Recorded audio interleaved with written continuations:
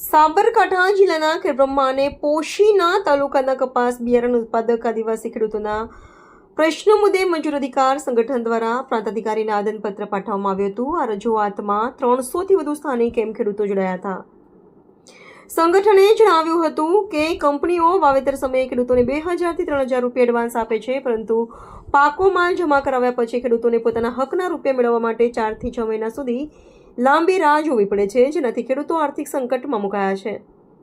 મુખ્ય માંગણીઓ: માલ જમા કરાવ્યાના 15 થી 20 દિવસમાં ખેડૂતોને સંપૂર્ણ ચૂકવણી કરવામાં આવે, રોકાયેલી રકમ પર સમયગાળા મુજબ યોગ્ય વ્યાજ ચૂકવવામાં આવે, બિયારણના ભાવમાં વધારો કરી ખેડૂતો અને કંપનીઓ વચ્ચે લેખિત કરાર કરવામાં આવે, પાક બિલ અને ઓનલાઈન બિલિંગ સિસ્ટમ શરૂ કરવામાં આવે। આ રજૂઆત વખતે સંગઠનના અગ્રણીઓ ચંદુભાઈ, મગનભાઈ, નીતિનભાઈ, સોનભાઈ અને અથરીબેન સહિત મોટી માંગણી છે કે જેટલો સમય વિલંબ થાય એટલા જ સમયગાળા મુજબ, એટલે કે 6 મહિના માટે 6 મહિના મુજબ જ વ્યાજ ગણવામાં આવે।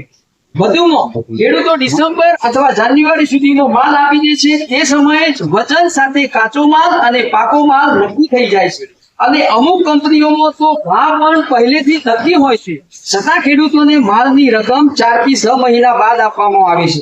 સાથે જ કપાસનો ભાવ પણ વર્તમાન પરિસ્થિતિ આ સમય બહુ જ ઓછો છે, તેમાં વધારો કરવામાં આવે, જેનાથી ખેડૂતોને ભારે આર્થિક મુશ્કેલીઓનો સામનો કરવો પડે છે।